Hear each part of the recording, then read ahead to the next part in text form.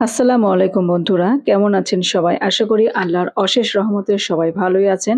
কাছে বা দূরে যে যেখান থেকে আমার এই ভিডিওটি দেখছেন তাদের সবার প্রতি শ্রদ্ধা এবং ভালোবাসা জানিয়ে নতুন একটি ভিডিও শুরু করছি। আশা করি ভালো লাগবে। পুরো ভিডিওটি দেখবেন। আপনারা দেখতে পাচ্ছেন যে মাটির পাতিলে আজকে আমি রান্না করেছি মাটির কড়াইতে। তো মাটির কড়াইতে রান্না করলে এর তরকারির টেস্টটা কিন্তু অনেক ভালো আসে আরকি, অনেক বেশি হয়। তো আপনারা এইভাবে রান্না করে দেখতে পারেন। তো আজকে আমি রান্না করছি চিংড়ি মাছ দিয়ে পটল এবং কচুরমুখী দিয়ে একটা ঝোল বানাবো, ঝোলের রেসিপি। তো দেখুন, আশা করি পুরো ভিডিওটি আপনাদের কাছে ভালো লাগবে।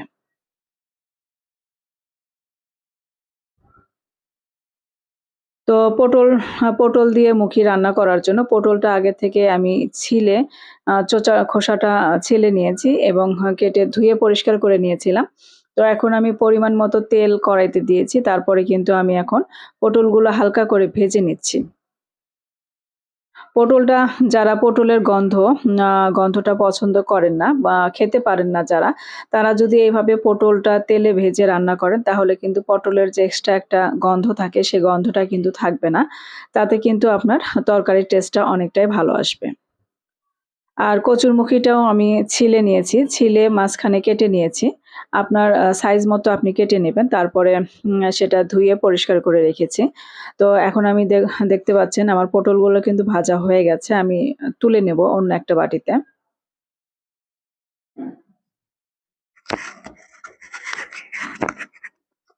অন্য একটা বাটিতে তুলে রেখে তারপরে কিন্তু আমি আ আ চিংড়ি মাছগুলো ভাজবো। তো Facebook এ গ্যাজেট তানভীর বিডি নামে একটি পেজ আছে। আপনারা এই পেজটি ফলো করতে পারেন। আর যদি আপনাদের কোনো পছন্দের কোনো প্রোডাক্ট থাকে তাহলে সেখানে আপনারা নিতে পারেন। তো এই গ্যাজেট তানভীর বিডি এই পেজটিতে গ্যাজেট আইটেম তো আছেই। তার পাশাপাশি কিন্তু কিচেন আইটেমেরও অনেক জিনিসপত্র আছে। আপনারা চাইলে পেজটি ফলো করতে পারেন। পটলগুলো ভাজা হয়ে গেছে। এখন আমি তুলে নিলাম। তুলে নেওয়ার পরে একই কড়াইতে কিন্তু আমি পেঁয়াজ দিয়ে নিচ্ছি এবং আরেকটু সামান্য পরিমাণে তেল দিব। যেহেতু তেলটা একটু কম মনে হচ্ছে। তো একটু তেল দিব। তারপরে কিন্তু পেঁয়াজ ২ টো বড় সাইজের পেঁয়াজ আমি কেটে ঝুরি করে নিয়েছি। সেটা হালকা ব্রাউন করে ভেজে নেব। ভেজে নেবার পরে তরকারিতে আপনারা যদি পেঁয়াজটা হালকা ব্রাউন করে ভেজে নেন তাহলে কিন্তু তরকারির কালারটা যেমন আকর্ষণীয় আসে, তরকারির ফ্লেভারটাও কিন্তু অনেকটা ভালো আসে। এখন আমি এখানে দিয়ে দিচ্ছি হলুদের গুঁড়া, মরিচের গুঁড়া পরিমাণ মতোই দিবেন। আপনি যেমন ঝাল খেতে পছন্দ করেন ঠিক তেমনটা বুঝেই দিবেন। আমি এখানে ২ চা চামচ পরিমাণে দিয়েছি। আমার এখানে কচুরমুখী ছিল ২৫০ গ্রামের মতো। আর পটল নিয়েছি ১/২ কেজি। মানে ১/২ কেজি খোসা ছাড়ানোর পরে যেটুকু হয় সেটুকুই আরকি। তো এই দিয়ে আজকে তরকারি রান্না করছি। আর চিংড়ি মাছ এখানে নিয়েছি ২৫০ গ্রামের মতো। আমি আগে থেকে কেটে ধুয়ে পরিষ্কার করে রেখেছিলাম। তো সেটা এখন মসলার ভিতরে দিয়ে আমি চিংড়ি মাছটা একটু কষিয়ে নেব। চিংড়ি মাছটা কষালে কিন্তু আপনার রান্নার টেস্টটা অনেক ভালো আসে। আর শুকনো মসলাগুলো যেন পুড়ে না যায় সেজন্য কিন্তু আমি সামান্য একটু পানি দিয়ে নিচ্ছি।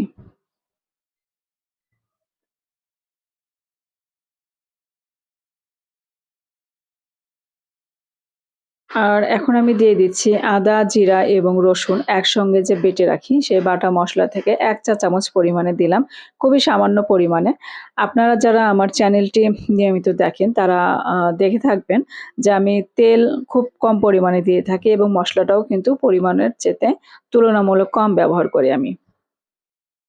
তো এখন আমি এই যে আগে থেকে পটলটা ভেজে রেখেছিলাম এবং কচুরমুখিটা কিন্তু ভাজিনি। কচুরমুখিটা আগে থেকে কেটে ধুয়ে পরিষ্কার করে রেখেছি। তো এখন আমি দেখতে পাচ্ছেন চিংড়ি মাছের সঙ্গে কিন্তু পটল এবং কচুরমুখিটা কষিয়ে নিচ্ছি। আর কচুরমুখিটা ঠিক এইরকম সাইজের করে কেটে নিয়েছি। আপনারা চাইলে এর থেকে মোটা করতে পারেন। তো আমার কাছে মনে হয়েছে যে পটলটা যেহেতু অর্ধেকটা সিদ্ধ হয়ে আছে, তো সেক্ষেত্রে কচুরমুখিটা যদি একটু পাতলা সাইজ করে দেই তাহলে মানে মোটামুটি একসাথে সিদ্ধ হবে আরকি। তো আপনারা চাইলে আপনাদের পছন্দ মতো শেপ দিয়ে তরকারিগুলো কাটতে পারেন। পটল বা কচুরমুখিটা কাটতে পারেন। এখন দেখতে পাচ্ছেন আমার কিন্তু কচুরমুখী এবং পটলটা কষানো হয়ে গেছে। এখন আমি এখানে পানি দিব আরকি। পানি দিয়ে ঝোলটা দিব। তো ঝোলটা আপনারা কেমন খেতে পছন্দ করেন, কেউ বেশি বা কম তো সেটা বুঝেই দিবেন। আমি এখানে মানে বেশি ঘন করব না এবং পাতলাও করব না। মাঝামাঝি একটু মানে ঘন ঝোল যেন হয় সেরকম পর্যায়ের দেব। তো আপনারা যারা আমার এই সহজ, সহজ রেসিপিগুলো পছন্দ করেন, তারা চাইলে আমার এই চ্যানেলটি সাবস্ক্রাইব করতে পারেন। বেল আইকনে ক্লিক করবেন যেন পরবর্তী ভিডিও ছাড়ার সঙ্গে, সঙ্গে পৌঁছে যায় সবার আগে আপনার কাছে। আর যাদের কাছে বেশি ভালো লেগে থাকে তাহলে তারা ফ্যামিলি এবং ফ্রেন্ডস এর মাঝে শেয়ার করতে পারেন। আর গ্যাজেট তানভীর বিডি নামে আমার যে পেজটি আছে তারা যারা গ্যাজেট আইটেম নিতে চান বা কিচেন আইটেমের জিনিসপত্র নিতে চান, তারা সেই পেজটি ফলো করতে পারেন।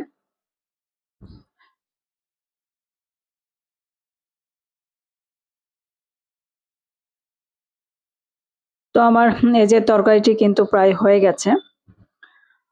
হয়ে গেছে দেখতে পাচ্ছেন ঝোলটা কিন্তু অনেকটা ঘন হয়ে এসেছে। আর আমি ৫ মিনিট বলক তুলবো আরকি। ৫ মিনিট বলক তোলার পরে দেখবেন ঝোলটা কিন্তু মাখা, মাখা হয়ে আসছে। এরকম পর্যায়ে আমি নামিয়ে নেব। এটা যারা পটল খেতে পছন্দ করেন না বা পটলের ফ্লেভার পছন্দ করেন না, তারা যদি এইভাবে রান্না করে খান, তাহলে কিন্তু পটলটা আপনারা খুবই পছন্দ করবেন এবং প্রতিদিনই খেতে চাইবেন। আমার কথা যদি বিশ্বাস না হয় তাহলে আপনারা বাসায় ট্রাই করবেন এবং ট্রাই করার পরে আপনার যদি এরকম মনে হয় যে পটল খেতে আপনার কাছে খুবই ভালো লাগছে এবং পটলের যে একটা বাজে স্মেল বা ফ্লেভার থাকে সেই স্মেলটা আপনার কাছে আসছে না। আপনার পটলের রেসিপিটা খেতে খুব ভালো লাগছে তাহলে কমেন্ট করে জানাতে কিন্তু ভুলবেন না। তো সবাই ভালো থাকবেন, সুস্থ থাকবেন। এইরকম মজার, মজার রেসিপিগুলো দেখার জন্য আপনাদেরকে আবারও আমন্ত্রণ জানালাম আগামী কোনো ভিডিও দেখার জন্য। আল্লাহ হাফেজ।